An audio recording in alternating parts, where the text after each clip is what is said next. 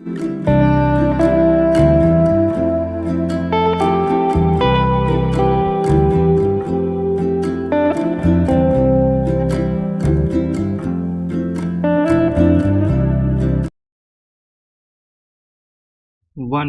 2, 3 start. दुनिया भर में बढ़ते तापमान और जलवायु परिवर्तन को लेकर पिछले कई वर्ष से लगातार चिंता जताई जा रही है।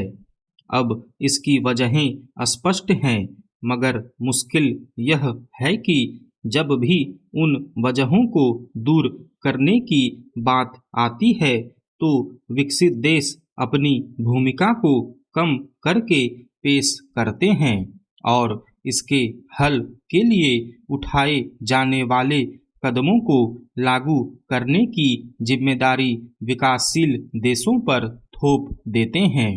जबकि समूची धरती पर जलवायु संकट जिस स्तर तक गहरा हो चुका है, उसमें मुख्य रूप से विकसित देशों की जिम्मेदारी रही है।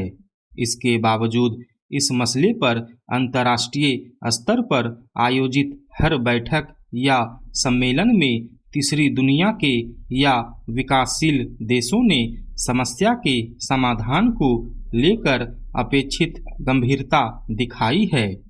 उसमें अपनी ओर से हर संभव योगदान दिया है।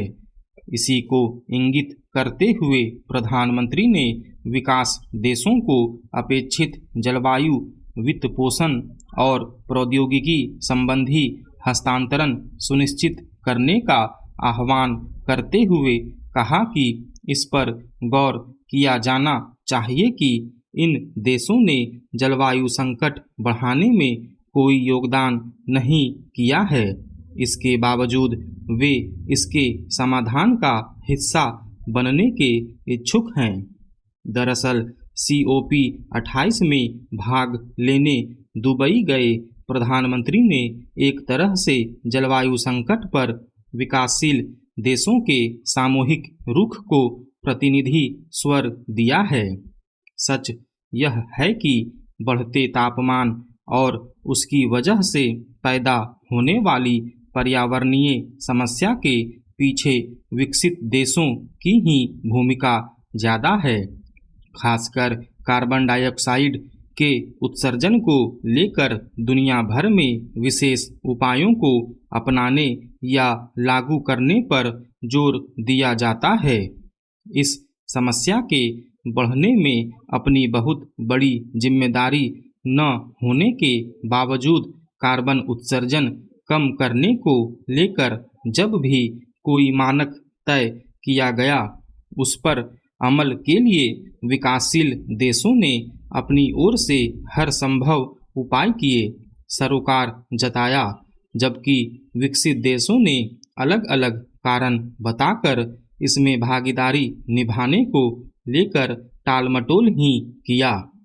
कई बार ऐसे मौके आए जब विकासशील देशों को आर्थिक सहायता मुहैया कराने के मामले में पर्यावरण असंतुलन को कसौटी बनाया गया।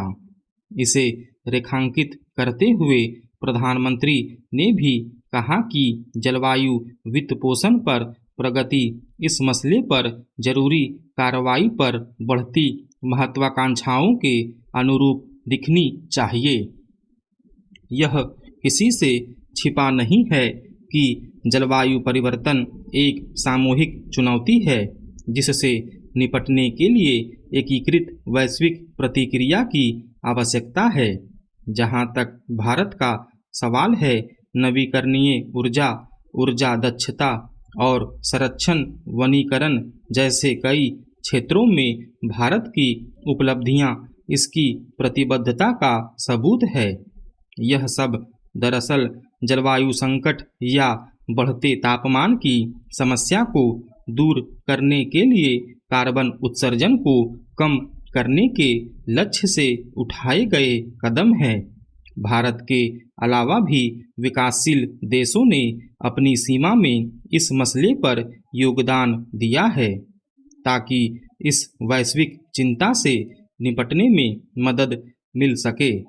हालांकि यह समझना मुश्किल है कि बढ़ते तापमान को एक सबसे बड़े संकट के रूप में पेश करने वाले विकसित देश अपने यहाँ कार्बन उत्सर्जन को नियंत्रित करने या कम करने को लेकर ईमानदार पहल क्यों नहीं करते।